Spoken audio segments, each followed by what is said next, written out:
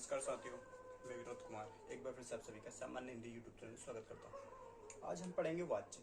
अभी हमारा एसएससीजीडी का एग्जाम चल रहा है और एसएससीजीडी में हिंदी पूछी जा रही है और विद्यार्थियों के प्रश्न थे कि सर वाच्य से भी प्रश्न बन रहे हैं, तो हम आज वाच्य से बात करेंगे कि वाच्य होता क्या है।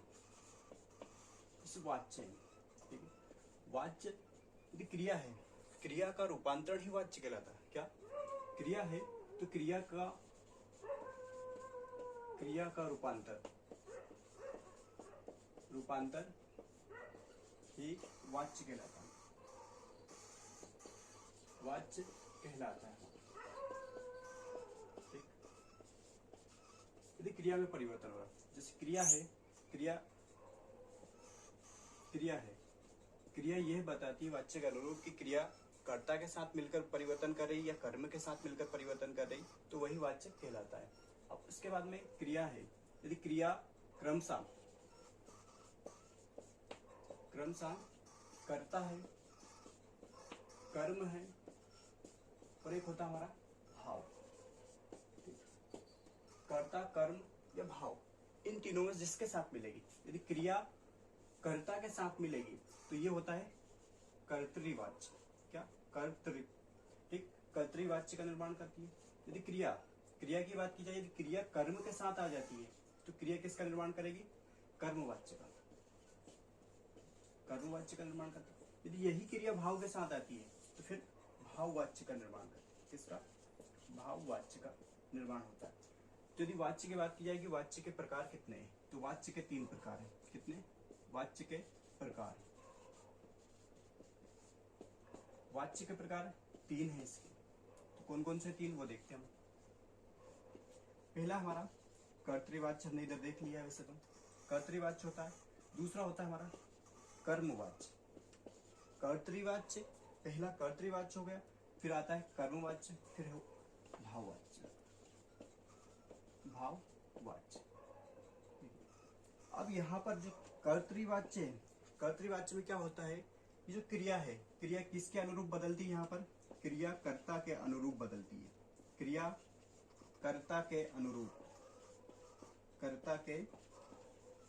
अनुरूप बदलती है, ठीक। पहला पॉइंट इसमें क्या है कि जो क्रिया है, क्रिया किसके अनुरूप बदल जाती है? क्रिया जो है कर्ता के अनुरूप बदल जाती है। अब यदि कर्मवाच्य की बात की जाए तो कर्मवाच्य में क्या होता है कि क्रिया कर्म के अनुरूप बदलती है, ना कि कर्ता। यहाँ पर कर्ता का कोई काम नहीं होता है, सिर्फ क्रिया, जो क्रिया है हमारी, जैसे क्रिया पहला तो हो गया कि कर्ता के अनुरूप यदि बदलेगी तो कर्तृवाच्य होगा। दूसरा है कर्म के अनुरूप बदलती है, क्रिया कर्म के अनुरूप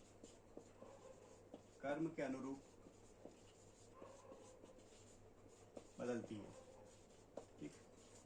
यहाँ पर कर्ता की कोई भूमिका नहीं होगी, यहाँ पर होगी कर्म, यहाँ पर कर्म प्रधान होगा और यहाँ पर कर्ता। अब बात की जाए यहाँ पर, तीसरा पॉइंट है हमारा, यहाँ पर भाव में क्या होगा, ना तो कर्ता प्रधान होगा ना क्रिया। मतलब जो क्रिया है वो किस अनुरूप बदलेगी? यहाँ पर क्रिया प्रधान होती है। क्या? क्रिया प्रधान होती है, ठीक? यहाँ पर कर्ता और कर्म ये दोनों खत्म हो जाते हैं और यहाँ पर आ जाता है हमारा कि क्रिया ही प्रधान होती है। क्रिया किस तरह से प्रधान होती है? अब देखिए, पहला पॉइंट है इन तीनों का, आपने देख लिया। दूसरा है यहाँ पर कि जो कर्तृवाच्य होता है, इसमें क्या होता है कि अकर्मक क्रिया आ जाती है। क्या? अकर्मक क्रिया, उसके साथ में सकर्मक क्रिया भी होती है। सकर्मक क्रिया, अकर्मक क्रिया और सकर्मक क्रिया, दोनों क्रिया यहाँ पर काम करती है। उसके बाद यदि कर्मवाच्य की बात की जाए तो कर्मवाच्य में सकर्मक क्रिया ही आती है, अकर्मक क्रिया यहाँ पर नहीं होती है, ठीक है। तो यहाँ पर सकर्मक क्रिया होती है। और यदि इसकी बात की जाए भाववाच्य की, तो भाववाच्य में क्या होती है? अकर्मक क्रिया होती है, अकर्मक क्रिया होती है। ये मोटा मोटा इसकी रूपरेखा थी, तो ये मुझे लगता है आप लोगों को समझ में आ गया हो। जो कर्तृवाच्य, यदि क्रिया कर्ता के अनुरूप बदल जाती है तो उसे कर्तृवाच्य बोलते हैं। यदि जो क्रिया है कर्म के अनुरूप बदलती है, यानी सारा जो काम रहेगा वो किसका होगा? कर्म का, सारा इसी में फल पड़ेगा, तो उसे बोलते हैं हम कर्मवाच्य। तीसरा है भाववाच्य, यदि क्रिया कर्ता और कर्म इन दोनों से हटकर भाव के अनुरूप बदलती है तो उसे बोलते हैं हम भाववाच्य। अब कर्तृवाच्य में क्या होता है? अकर्मक क्रिया का प्रयोग होता है और सकर्मक क्रिया सकर्मक क्रिया का भी प्रयोग होता है। लेकिन कर्मवाच्य में क्या होता है, कर्मवाच्य में सिर्फ और सिर्फ सकर्मक क्रिया का। अब वहीं भाववाच्य में क्या, अकर्मक क्रिया का प्रयोग होता है। ठीक है, इतना समझ में आ गया होगा। तो आगे बढ़ते हैं और आगे देखते हैं इनके एग्जाम्पल। हम समझते हैं तो एग्जाम्पल से हमें सब समझ में आ जाएगा किस तरह से होते हैं।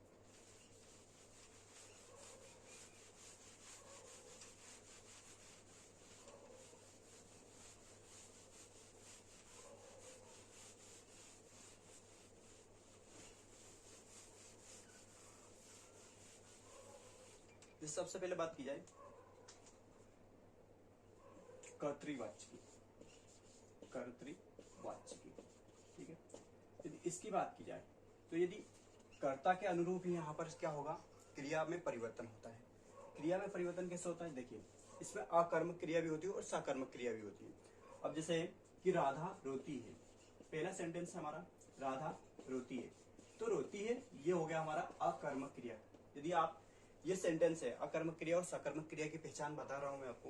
यदि आप इस सेंटेंस में यदि आप ये पूछोगे कि क्या प्रश्न पूछोगे, जैसे राधा क्या रोती है, क्या की जगह पर आपको कोई उत्तर प्राप्त हो रहा है क्या, नहीं ना।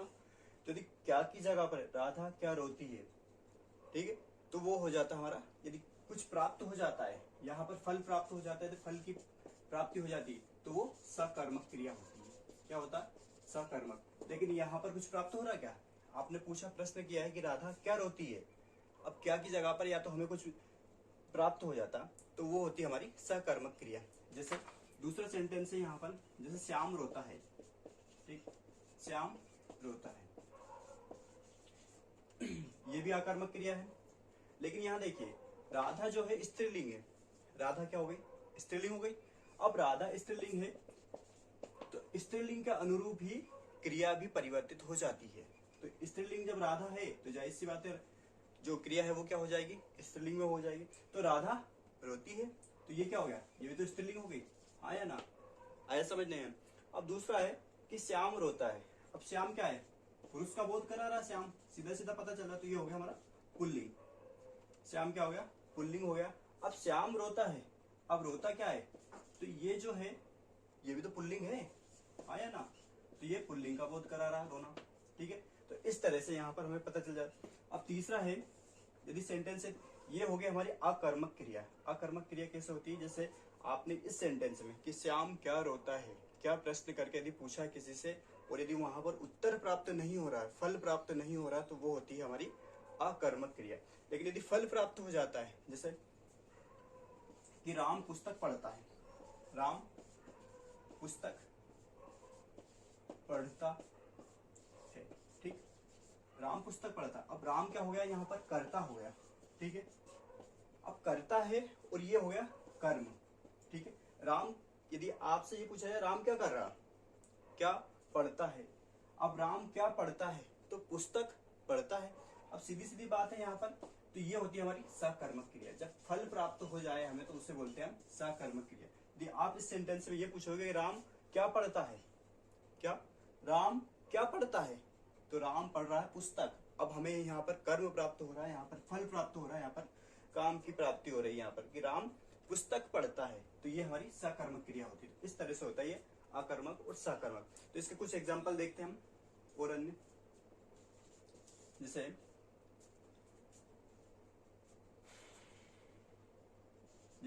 प्रेमचंद ने गोदान लिखा,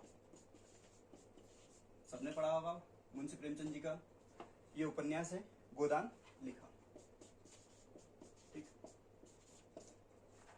अब ये देखिए ये क्या हो गया, कर्ता, ठीक, कर्ता हो गया। अब कर्ता क्या है यहाँ पर कर्ता है हमारा पुल्लिंग। अब पुल्लिंग के अनुरूप ही क्रिया में परिवर्तन हो रहा, आया ना। देखिए पुल्लिंग के अनुरूप ही लिखा है, यदि कोई कवियत्री होती या फिर लेखिका होती तो यहाँ पर लिखी, ठीक है।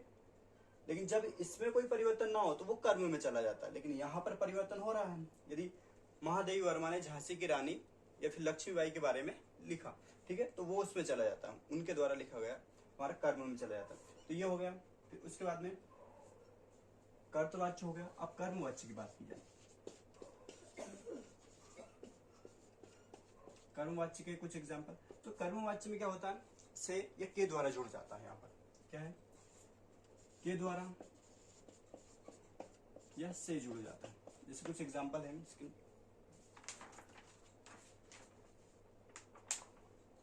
पहला सेंटेंस है कि स्त्रियों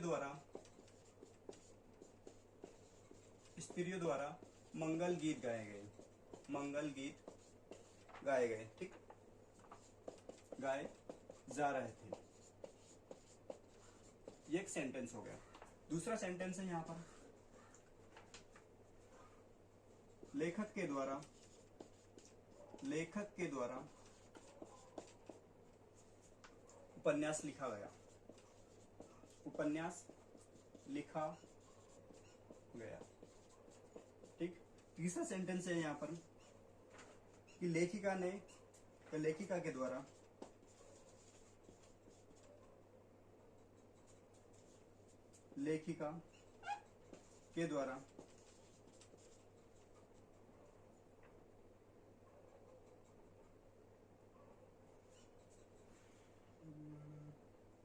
ये छोड़िए,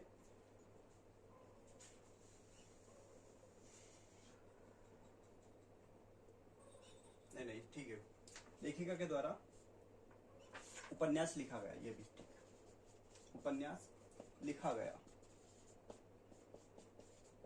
ये भी एक सेंटेंस हो जाएगा। तो चौथा सेंटेंस हमारा यहां से बनता है कि किसानों द्वारा फसल काट ली गई है, किसानों द्वारा फसल काट ली गई है, ठीक है। ये हमारा 4 सेंटेंस होते हैं। तो पहला था हमारा कर्तवाच्य। कर्तवाच्य में क्या होता है, कर्ता, जो कर्ता होता है वो प्रधान होता है। अब कर्ता है यहाँ पर राधा रोती है, तो राधा के अनुरूप क्रिया में परिवर्तन होता है, श्याम के अनुरूप क्रिया में परिवर्तन हुआ, यहाँ पर राम के अनुरूप पढ़ता है वो, ठीक है, तो इस क्रिया में परिवर्तन हुआ। यदि प्रेमचंद ने गोदान लिखा तो प्रेमचंद के अनुरूप ही लिखा में परिवर्तन हुआ। लेकिन अब बात की जाए कर्मवाच्य में, तो कर्मवाच्य में क्या होता है, कर्म प्रधान होता है, जो कार्य किया जा रहा है वो प्रधान होता है। जैसे स्त्रियों द्वारा, तो स्त्रियां क्या हो गई यहाँ पर, ये तो हो गई कर्ता। अब ये हो गया हमारा कर्म, क्या कर्म हो जाता है, मंगल गीत। अब ये जो है ये क्रिया हो गई, क्या हो गई, क्रिया हो गई, ठीक है। अब सेम वैसा ही कि लेखक, लेखक क्या हो गया हमारा, लेखक फिर हो गया हमारा कर्ता, ठीक, कर्ता हो गया। उपन्यास क्या हो गया, कर्म हो गया लिखना, फिर लिखा गया, ये हो गई फिर क्रिया। अब अगला है लेखिका, लेखिका फिर हो जाती है हमारी कर्ता, और उपन्यास हो गया कर्म, और ये लिखा गया जो है, लिखा गया क्या है, क्रिया है। और ऐसे ही किसान हो गया हमारा, किसानों, ये बहुवचन है, ठीक है, और किसान हो गया हमारा कर्ता, कर्ता हो गया। वो फसल, फसल क्या हो गई, कर्म हो गया। अब काट ली गई, ये होता है हमारा क्रिया, ठीक है। तो हमने बात की थी यहाँ पर कि यहाँ कर्ता के अनुरूप क्रिया बदलती है। अब यहाँ पर कर्म के अनुरूप, यहाँ पर कर्ता के अनुरूप क्रिया बदल रही है, क्या कि कर्ता के अनुरूप क्रिया बदल रही है, किसमें, कर्तृवाच्य में। और कर्म के अनुरूप क्रिया बदले तो वहां होता है कर्मवाच्य, ठीक है। अब कर्म क्या है, मंगल गीत, ठीक है। मंगल गीत देखिए, मंगल गीत क्या है, मंगल गीत का यदि आप जेंडर पता करोगे तो आपको पता चलेगा ये पुल्लिंग का बोध करा रहे, किसका, पुल्लिंग का बोध करा रहे। जब ये पुल्लिंग का बोध करा रहे तो क्रिया क्या होगी, यहाँ पर कर्म के अनुरूप क्रिया में परिवर्तन होगा, क्या, कर्म के अनुरूप क्रिया में परिवर्तन होगा। तो ये हो गया हमारा कर्म के अनुरूप परिवर्तन रहे थे, ठीक है। तो ये किसका, ये भी पुल्लिंग होगी क्रिया। अब दूसरा देखिए, लेखक, लेखक क्या है, ये तो कर्ता, यहाँ पर स्त्री है, स्त्रीलिंग का बोध करा रहा, यहाँ पर पुल्लिंग का, तो पुल्लिंग के अनुरूप ही क्रिया में परिवर्तन हुआ है। अब दूसरा देखिए, लेखक के द्वारा उपन्यास लिखा गया। अब लेखक के द्वारा उपन्यास लिखा गया तो उपन्यास, उपन्यास लिखने का काम हो रहा है, यहाँ पर कर्म हो रहा है। तो ये उपन्यास क्या है, पुल्लिंग का बोध करा रहा है। तो पुल्लिंग का बोध करा रहा है तो क्रिया क्या होगी हमारी, क्रिया भी पुल्लिंग ही होगी, क्या होगी, क्रिया भी पुल्लिंग होगी। तो यहाँ उपन्यास है, देखिए। अब कर्ता भी क्या है, यहाँ कर्ता भी पुल्लिंग है, तो इसका कोई वैसा रोल नहीं होता यहाँ पर कर्मवाच्य में, तो इसे तो हमने हटा दिया। लेकिन किसका विशेष ध्यान दिया था, तो यहाँ पर दिया था कर्म का, ठीक है। अब जो तीसरे नंबर का हमारा उदाहरण है, देखिए, लेखिका के द्वारा उपन्यास लिखा गया। अब लेखिका क्या हो गई, लेखिका तो स्त्री है ना, स्त्रीलिंग का बोध करा रही है कि लेखिका के द्वारा उपन्यास। लेकिन यहाँ पर हमने देखा ये क्या आ गया, फिर से यहाँ पर आ जाता है हमारा कर्म, क्या है, कर्म हमारा पुल्लिंग है, तो जब कर्म हमारा पुल्लिंग हो गया तो क्रिया किसके अनुरूप बदलेगी? कर्म के अनुरूप बदल रही। तो ये क्या है? लिखा गया। किसके अनुरूप? उपन्यास के अनुरूप बदला जाएगा यहाँ पर, तो लिखा गया। तो ये जब पुल्लिंग है तो क्रिया भी क्या होगी? पुल्लिंग होगी। तो ये भी तो पुल्लिंग है। अब अगला देखिए, किसानों द्वारा फसल काट ली गई। अब फसल की बात की जाए, देखिए किसान क्या है? किसान की बात करें तो पुल्लिंग का बोध करा रहा है। किसका? पुल्लिंग का बोध करा रहा है। ये तो पुल्लिंग का बोध करा रहा है, लेकिन फसल है। अब फसल की बात देखो, फसल आ गई हमारी। तो फसल का यदि हम देखें तो सबसे पहली बात तो हमारे दिमाग में यह आएगा कि फसल जो है स्त्रीलिंग का बोध कराता है। क्या? स्त्रीलिंग का बोध कराता है। अब स्त्रीवाचक है ये फसल। अब स्त्रीवाचक तो जाहिर सी बात है क्रिया किस में बदलेगी? जब से हम पढ़ रहे हैं कि कर्म के अनुरूप क्रिया ही बदलती है, तो जब कर्म क्या है? स्त्रीलिंग है, तो क्रिया क्या होगी? स्त्रीलिंग होगी। तो ली गई, यहां देखिए भैया, काट ली गई है। तो ये जो ली गई है ये क्या है? स्त्रीलिंग है ना। तो इस अनुरूप कर्मवाच्य हमारा बदलता है। किसके अनुरूप बदलता है? क्रिया में यदि जो हमारा कर्म है, कर्म यदि स्त्रीलिंग है तो क्रिया भी स्त्रीलिंग होगी। यदि कर्म पुल्लिंग है तो क्रिया भी पुल्लिंग होगी। लेकिन यहाँ पर जो कर्ता है, कर्ता के अनुसार हमारी क्रिया चेंज होती है। ठीक है, तो ये इतना आपको आ गया होगा समझ में। अब हम बात करते हैं भाववाच्य की। इसे रफ कर दूं, यदि नहीं आया हो समझ में तो एक बार कमेंट्स करके बताइए क्या समझ नहीं आया आपको। मैं फिर से कोशिश करूंगा आपको अच्छे से समझाने की।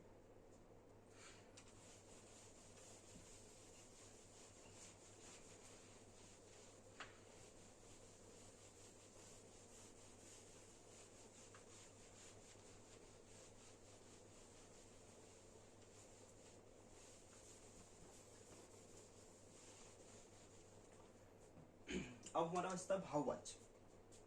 क्या? भाववाच्य।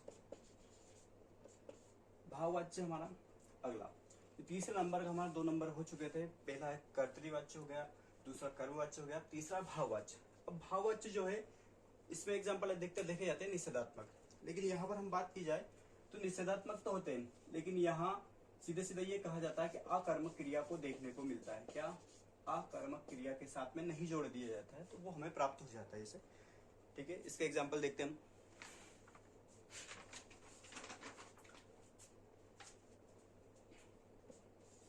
पहला एग्जाम्पल है कि राधा से बैठा नहीं जाता। बैठा नहीं जाता। ठीक है। दूसरा एग्जाम्पल है यहाँ पर कि रमा से सुबह उठा नहीं जाता।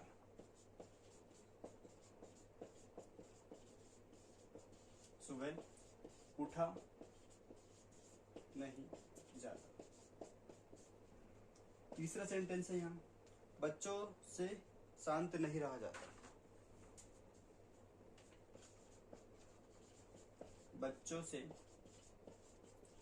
शांत नहीं रहा जाता। ये हमारे 3 सेंटेंस है।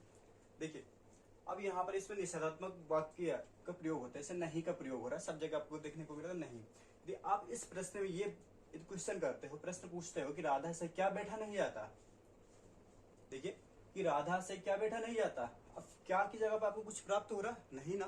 तो ये हमारी अकर्मक क्रिया है। तो भाववाच्य में अकर्मक क्रिया का ही प्रयोग किया था। दूसरा है कि रमा से सुबह क्या उठा नहीं जाता। सुबह क्या उठा नहीं जाता, अब यहाँ पर क्या की जगह पर कुछ नहीं प्राप्त हो रहा हमें, तो ये अकर्मक क्रिया हो गई। हमारा तीसरा सेंटेंस है बच्चों से शांत नहीं रहा जाता। तो बच्चों से शांत क्या नहीं रहा जाता, तो ये भी अकर्मक क्रिया हो जाती है। तो यहाँ पर देखिए इस क्रिया में क्या होता है कि इस क्रिया में यदि बात की जाए कि श्याम से बैठा नहीं जाता, यहाँ पर यदि मैं जेंडर चेंज कर देता हूँ, जेंडर चेंज कर देता हूँ यहाँ पर, जैसे ये हमारी कर्ता है, कर्ता है और बैठा ये एक क्रिया है, बैठा नहीं जाता। ठीक, तो यदि मैं कर्ता को चेंज कर देता हूँ, यहाँ पर हमने पहले देखा था जो कर्तृवाच्य होता है, कर्तृवाच्य में यदि हम कर्ता चेंज कर देते हैं, यदि लिंग चेंज कर देते हैं, लिंग मतलब यहाँ पर यदि श्याम कर दूं मैं, जैसे राधा है कि श्याम से बैठा नहीं जाता, बैठा नहीं जाता। ठीक है, तो इस श्याम के कारण क्या, ये स्त्रीलिंग था पहले राधा, ठीक है, ये स्त्रीलिंग थी और ये श्याम क्या हो गया, पुल्लिंग का बोध करा रहा है, पुल्लिंग हो गया हमारा। तो इस कर्ता के जेंडर में परिवर्तन होने से क्या इस सेंटेंस में कोई फर्क पड़ रहा है यहाँ पर? नहीं ना।